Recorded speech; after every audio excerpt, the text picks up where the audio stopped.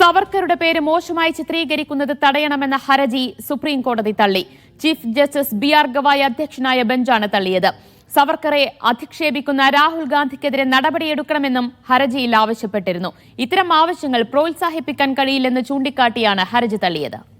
D Dhanasumod വിവരങ്ങൾ നൽകും. ധനസുമോദ്, എന്തായിരുന്നു ഹർജിയിലെ പ്രധാന ആവശ്യം? അതിൽ എന്തുത്തരവാണ് ഇന്ന് കോടതിയിൽ നിന്നുണ്ടായത്?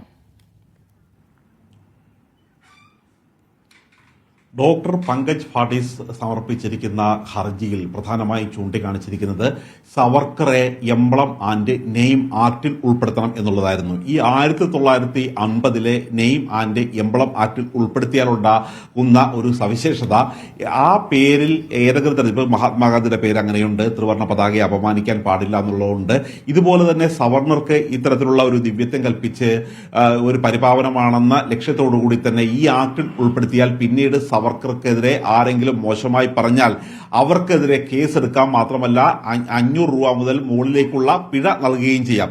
അതുകൊണ്ട് ഈ ആക്ടിൽ സവർക്കറെ ഉൾപ്പെടുത്തണം. അതിനുവേണ്ടിയുള്ള ശുപാർശ അല്ലെങ്കിൽ നിർദ്ദേശം സ്പീക്കർക്ക്, ലോക്സഭാ സ്പീക്കർക്ക് നൽകണം എന്നുള്ളതായിരുന്നു ഹർജിയിലെ പ്രധാനപ്പെട്ട ആവശ്യം. ഈ ഹർജിയിലെ മറ്റൊരു ആവശ്യം, നിരന്തരമായി പ്രതിപക്ഷ നേതാവ് രാഹുൽ ഗാന്ധി സവർക്കറെ അപമാനിച്ചുകൊണ്ടിരിക്കുകയാണ്. സവർക്കർ സ്വാതന്ത്ര്യ സമരത്തെ ഒറ്റുകൊടുത്തു, മാപ്പ് പറഞ്ഞു തുടങ്ങിയ വസ്തുതകൾ ചൂണ്ടിക്കാട്ടി അപമാനിച്ചുകൊണ്ടിരിക്കുകയാണ്. അതുകൊണ്ട് ഇതിനൊരു ശിക്ഷാ നടപടി എന്ന രീതിയിൽ രാഹുൽ ഗാന്ധിക്ക് നിർബന്ധിത സാമൂഹ്യ സേവനം നടത്തണം, അതിന് കോടതി നിർദ്ദേശം നൽകണം എന്നുള്ളതായിരുന്നു ഹർജിയിലെ പ്രധാനപ്പെട്ട മറ്റൊരു ആവശ്യം. ഈ ആവശ്യം പരിഗണിച്ചപ്പോൾ justice B R. Gavai chief justice ചോദിച്ചത്, ഇതിൽ എവിടെയാണ് ഈ ഹർജിക്കാരന്റെ ഡോക്ടർ പങ്കജിന്റെ മൗലിക അവകാശങ്ങൾ ലംഘിക്കപ്പെട്ടു എന്നുള്ളതാണ്. കാര്യം, ഈ ആക്ടിൽ ഉൾപ്പെടുത്തിയാണെങ്കിൽ അത് നിയമപരമായി നടപ്പാക്കേണ്ടതാണ് എന്നുള്ളൊരു കാര്യമാണ് വാദിച്ചത്.